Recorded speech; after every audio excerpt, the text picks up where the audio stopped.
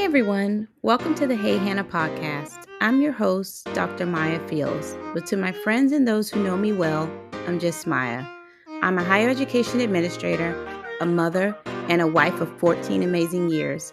But above all, I'm a Christ follower. This podcast is a special platform created to honor the memory of my beloved daughter, Hannah. It's here that I have the chance to have the conversations that I never got to have with her, to share the wisdom and love I wish I could have passed on.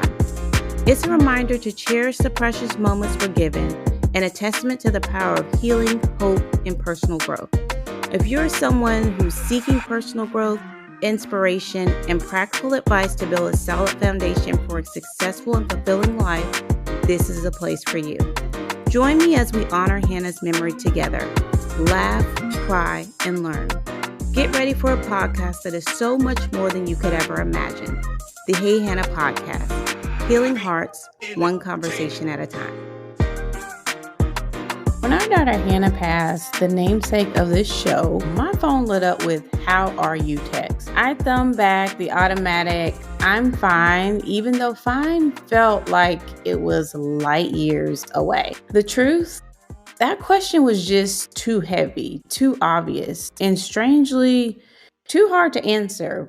But I remember during that time, Grace whispered, "They just don't know what else to ask." And fast forward to today, friends I love are sitting in their own valleys of grief. And suddenly I'm the one wondering, how do I check in without asking that same loaded question? Let's figure it out together. Hey friends, I'm Dr. Maya, and this is the HeyHannah podcast, where faith, parenting, and purposeful living intersect. Today we're going to lean into grief and learn exactly how to show up when words really feel small. About 57% of Americans faced a major loss in the last 3 years. That is a lot. And half say grief lingers longer than they expected. Yet many feel most alone right after those casseroles stop coming in. And the reason is, well-meaning loved ones don't know what to say. So they default or just go silent. And as an educator, I believe one of the greatest gifts we can give is the knowledge of how to support others effectively. So when we think about, how do I actually do this? How do I do this without just the "how are you?" text or question? A few things that you can say, some grace-filled alternatives. "I'm thinking of you." No need to reply. This lets the individual know, obviously, that you're thinking of them, but it takes off that pressure of having to provide a response. Something else you can say is, "I know today may be heavy, but I'm here." It acknowledges that you remember the anniversaries, the birthdays, or the triggers, so they know that they're being thought of, and that even though they're still sitting in a hard place, they don't feel like everyone else has just kind of moved on. Another thing you can say is, "Would you like quiet company or alone time today?" This gives them just kind of some authority over the situation. They can say what they need in that moment. There's a verse in Psalms 34, that says, "The Lord is close to the brokenhearted and saves those who are crushed in spirit." We have been talking about how our relationships that we have should be a reflection of how God loves us, how God interacts with us, how God cares for us. So this verse really just deepens that understanding. Knowing that the Lord is close to the brokenhearted, it encourages me to challenge all of us to lean into our loved ones who are brokenhearted and who are crushed in spirit. And even though it's hard, really just aim to show up for them. Too often, the only thing that really stands between us and someone's pain, if we're really being honest, is our own comfort. When we decide their healing matters more than our ease, we finally show up. And that moment reminds us, this isn't about me. And sometimes that's very hard to deal with.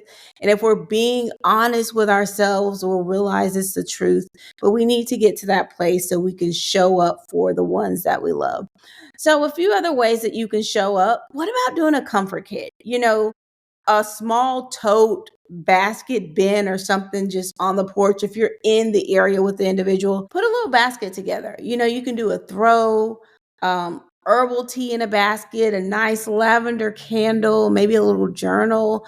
You can also do a playlist, Songs for Soft Days playlist. You can give them a little QR code and share a way that they can just listen to some music that hopefully helps them feel better. But you can drop something small like that off on someone's porch just to let them know that you're thinking of them.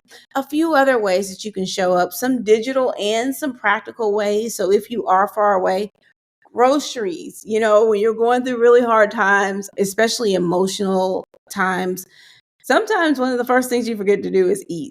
Schedule Instacart or a Walmart delivery with a note that just says dinner's handled. How thankful would they be to know that someone cares for them and it's meeting a need that obviously is there? We all have to eat. Another thing you can do is send edible arrangements. It's fruit and it's a fun way to send fruit, or a simple soup. There's a company called Spoonful of Comfort, I believe it is, and you can send like soups and rolls and stuff. But food says, I see you, I'm acknowledging you. And even though you can't make it better, obviously, it's a way to show up for them in their painful moment.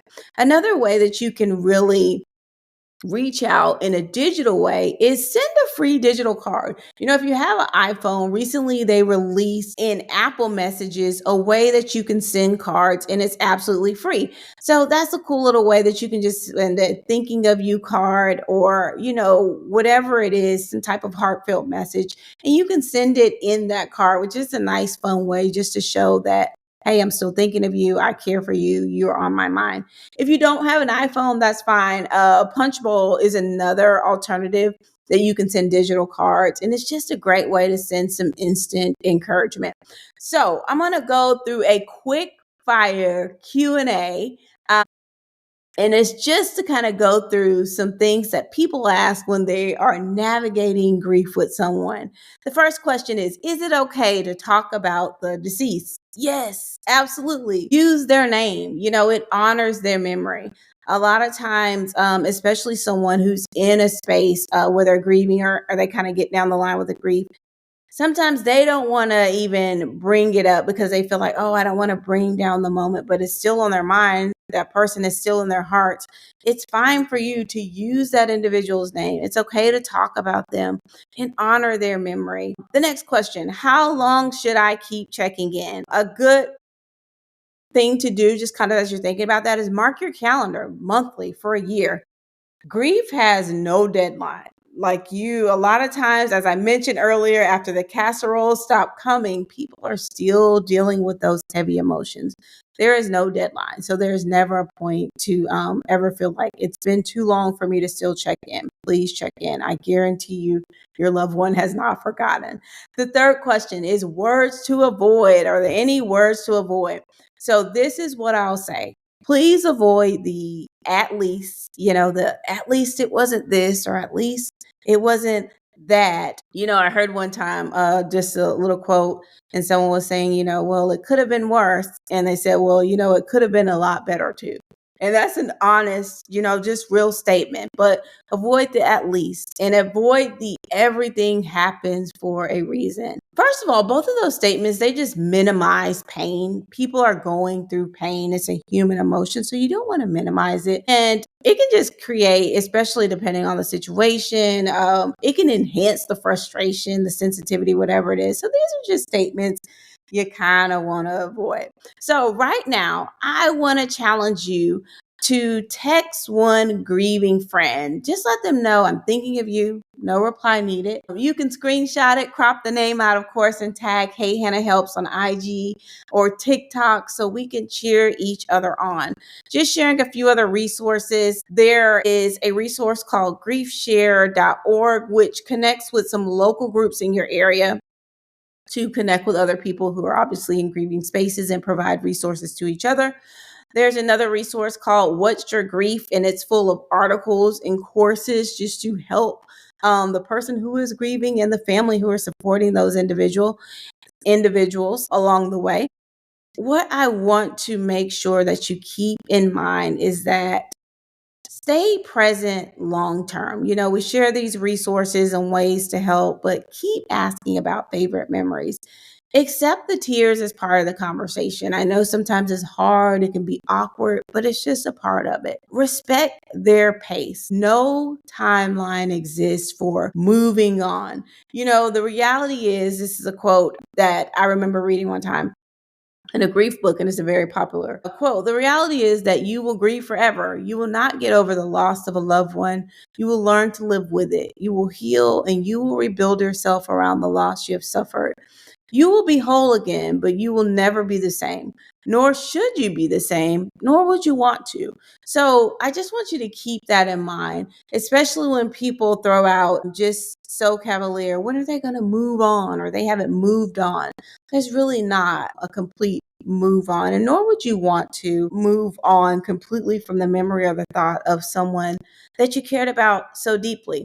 So, as we are looking ahead, next week we're going to dive into when kids grieve, and we're going to talk about talking to children about loss. If you got little hearts in your home, hit follow so you don't miss those gentle tips. I hope that this episode has been encouraging for you to lean into and support your loved ones who may be going through a hard time, even through the awkward and really just tough moments. So until next time, remember, we're all connected, especially in our toughest time. Be the kindness someone needs today. Until next time, everybody, take care. And that's it. I'm out of here.